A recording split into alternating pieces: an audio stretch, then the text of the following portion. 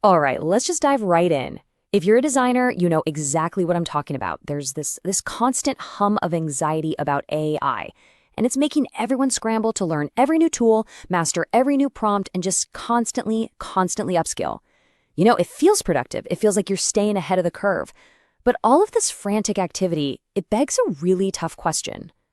Is all this work actually making you more valuable in the market? Or is it just making you busy? Because here's the hard truth. The designer who's most at risk today isn't the lazy one. No, it's the one who is obsessively, diligently learning every single tool. And this brings us to a really specific kind of designer, an archetype that, well, it might sound a little too familiar. The source material for this explainer calls this person the tool collector. So, who is the tool collector? They're the ones who are always learning, always adding another software logo to their portfolio. They believe that this constant input of new skills directly translates to more professional value. But in the age of AI, that's not just wrong, it's a fatal illusion. It's a trap. So let's break down exactly why this mindset is so incredibly dangerous. There are really three core traps that the tool collector falls into. And trust me, understanding them is the first step to getting out. Let's dig into the first one, the competency trap. This slide just lays it out perfectly. On the left, you've got the tool collector completely buried by their input. All the tutorials they've watched, all the tools they've learned. They think that pile of skills is what matters. But the market? The market only cares about what's on the right, the output and the ownership, the actual problem you solved and the responsibility you took for it. And this quote just hits the nail on the head. Watching a tutorial, learning a new feature, that's studying. It's not the same as doing the work that a client actually pays for. The second you mistake that study for the work, you start diligently making yourself obsolete. Okay, this brings us to trap number 2, which is this weird paradox of commoditization. Think about it. A brand new tool might seem special and unique at first, but the better and more efficient it gets, the faster everyone starts using it. And suddenly that hard-won skill of yours isn't so scarce anymore. It just becomes the new baseline. And that creates a huge dilemma. First, you're never ever going to win a speed war against AI. Trying to be the fastest operator of a tool is a game you are guaranteed to lose. But second, and this is the real kicker, work that is defined only by your ability to use a tool is the absolute easiest kind of work to replace, either by AI or just by the next person who learned the same tool.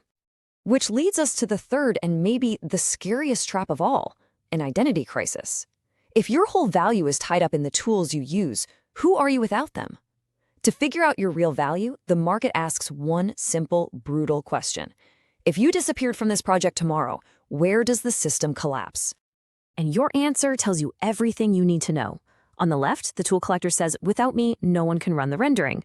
See, their value is pure execution. They're a gear in the machine, and gears are replaceable.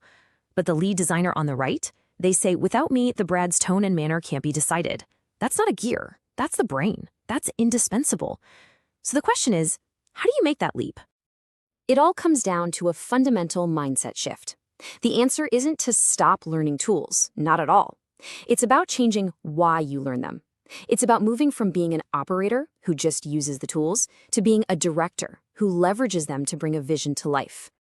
This table lays it out so clearly. An operator asks, how do I use this feature? A director asks, why does this even need to be made?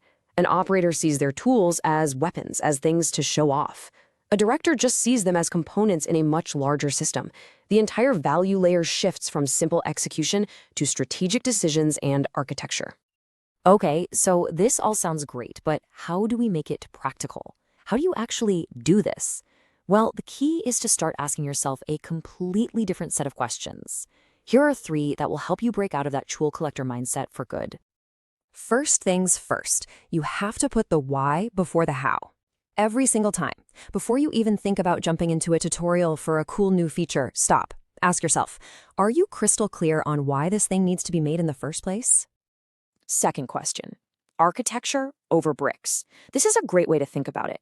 Are you just collecting individual bricks, mastering one isolated tool after another? Or are you the architect, thinking about the entire structure of the house you're trying to build? Your job isn't to know every single brick, it's to design the blueprint. And finally, question number 3, governance over operation. Ask yourself, are you just the laborer operating the machine? Or are you the decision maker who governs the outcome? This is about taking ultimate responsibility for the quality, for the standards, for the final call. You're not just making things, you're deciding what's right. So when you put all of that together, it becomes really clear. Your new identity, your true value in this new era, is to be an architect, not a collector. The whole game has changed. AI can give us a mountain of creative options. Abundance is easy now. So the real value isn't in making the pile bigger, it's in having the taste, the judgment, and the strategy to decide what to keep and what to throw away. Think of it like this. In this new world, you just have to accept it. AI will probably have the best, the fastest, the most skilled hands for execution. But the head, the strategic mind that decides what to create, and the shoulders that bear the responsibility for that outcome, those remain uniquely, powerfully human. That is your irreplaceable value. So stop being a collector of bricks. Be the architect. The tools are ready. The components are infinite. The only real question left is, what kind of house will you build?